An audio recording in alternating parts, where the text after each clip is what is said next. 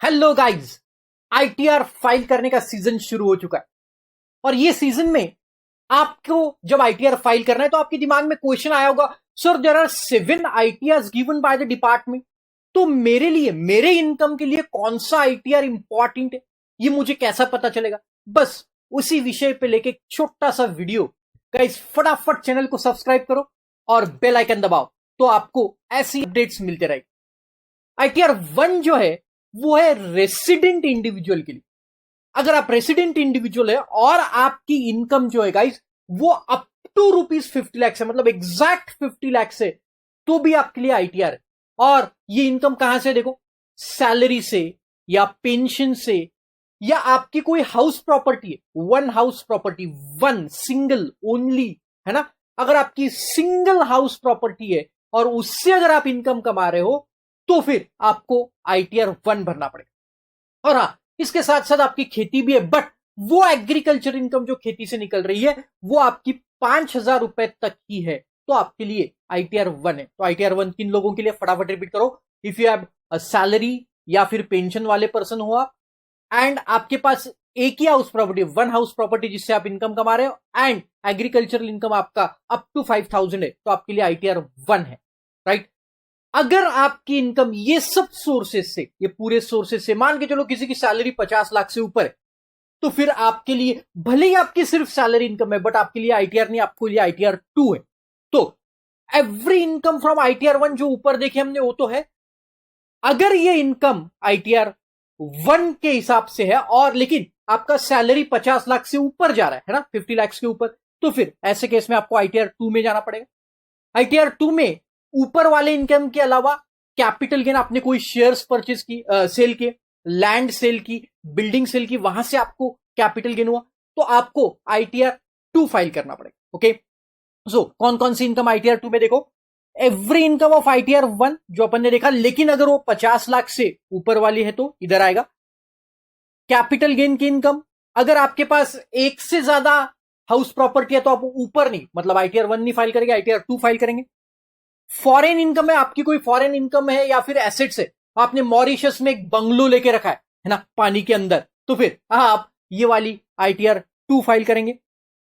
Holding of directorship in a company, आप कोई private limited company या पब्लिक लिमिटेड कंपनी में डायरेक्टर है तो आपके लिए आईटीआर 2 है। And last, holding of unlisted share. Unlisted मतलब क्या गाइस, जो स्टॉक एक्सचेंज पे लिस्ट नहीं, जैसे टाटा का शेयर, रिलायंस का शेयर, ये स्टॉक एक्सचेंज पे लिस्टेड शेयर।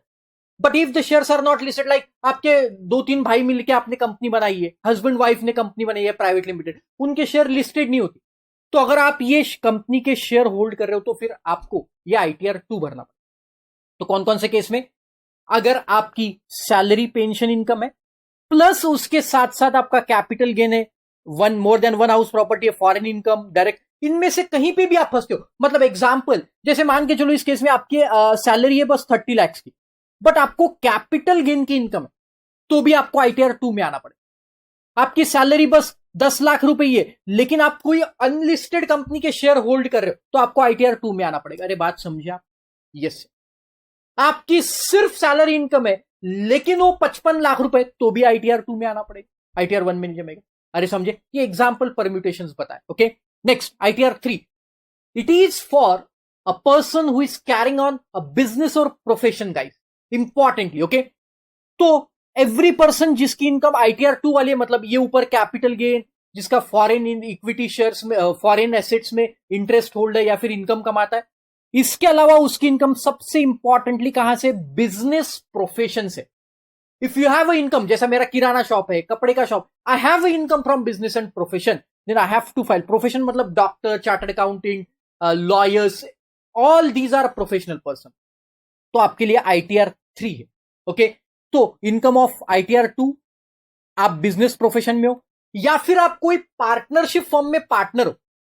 तो जैसे एग्जांपल देता हूं, मैं एक पार्टनरशिप है, मैं दीपिका, करीना और कैटरीना है, मैं दीपिका, करीना और कैटरीना, हमारी एक फिल्म मेकिंग इंडस्ट्री है और उसमें मैं पार्टनर हूं, वो फिल्म मेकिंग इंडस्ट्री में मैं पार्टनर हूं। हाँ, आपको मजाक आदमी है, चलो, तो मैं पार्टनर हूं और मेरी सैलरी से इनकम है ना, मेरी सैलरी से इनकम है और मैं ये पार्टनरशिप फर्म में पार्टनर हूं। बताओ मुझे कौन सा आईटीआर भरना पड़ेगा, ITR 3।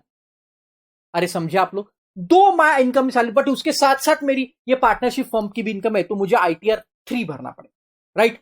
And presumptive income more than 50 lakhs। What is presumptive income? जिसमें वो 8% मिनिमम प्रॉफिट दिखा के रिटर्न भरते, 8%। लेकिन अगर वो इनकम 50 लाख से ऊपर है, 50 लाख से ऊपर, तो फिर ITR 3। सर वो प्रिजम्पटिव इनकम अगर 50 लाख से कम है तो ITR 4 है, देखेंगे। ओके, समझ में आया? तो यहां पे कौन सी इनकम है गाइस? अगर आप ITR 2 की पूरी इनकम, मतलब कैपिटल गेन, वो अनलिस्टेड कंपनी के shares and all business income, अगर आप कोई पार्टनरशिप फर्म में पार्टनर हो और प्रिजम्पटिव इनकम आपकी 50 के ऊपर गई। Next ITR 4। ITR 1 की सभी इनकम, सैलरी वैलरी जो भी है आपका, ये पूरा अदर सोर्सेज की इनकम 5,000 तक, एग्रीकल्चर इनकम एंड ऑल। और उसके साथ साथ आपकी प्रिजम्पटिव इनकम है 44 AD AE और ADA से। अगर आपकी प्रिजम्पटिव इनकम है but up to 50 lakh rupees, तो फिर ITR 4। बट अगर ये इनकम आपकी 50 लाख से ऊपर चले गई तो फिर आपको चलना है ITR 3। जैसे ITR 1 में अप टू 50 लाख था और 50 लाख से ऊपर गए तो ITR 2 था, वैसे ही अप टू अगर 50 लाख से तो ITR 4, अगर 50 लाख से ज्यादा है तो ITR 3 में शिफ्ट हो जाओ। Okay, then ITR 5, income tax return 5, किसके लिए? देखो, partnership firm, limited liability partnership, association of persons and body of individual, AOP। तो अगर आपकी कोई फर्म, अरे देखो, इंडिविजुअल के अलावा ये लोगों को भी रिटर्न भरना पड़ता है, पार्टनरशिप फर्म, AOP, BOI, ये सब लोग अगर कौन से ITR में रिटर्न भरेंगे? ITR 5 में। These all people will file the return in ITR 5। अरे समझे? लास्ट सर हमारी प्राइवेट लिमिटेड कंपनी है, पब्लिक लिमिटेड कंपनी है, तो आपको ITR 6 भरना पड़ेगा। ये सिर्फ कंपनीज के लिए, except the company claiming exemption under section 11 charitable, ये अपन देखेंगे बाद में। ओके, तो ये एग्जेम्पशन वाली छोड़ के ऑल कंपनी, नॉर्मली अगर आपकी प्राइवेट लिमिटेड या पब्लिक लिमिटेड कंपनी है तो आपको ITR 6 भरना है। Lastly ITR 7, these are for trust, basically ऐसे ध्यान में, एजुकेशनल ट्रस्ट रहते हैं, चैरिटेबल ट्रस्ट रहते हैं, ये सब ये सेक्शंस में दिए हुए, आप गूगल कर सकते हो। तो ये अगर एंटिटी है आपकी तो आपको ITR 7 भरना। अरे समझे? बहुत सिंपल है गाइस।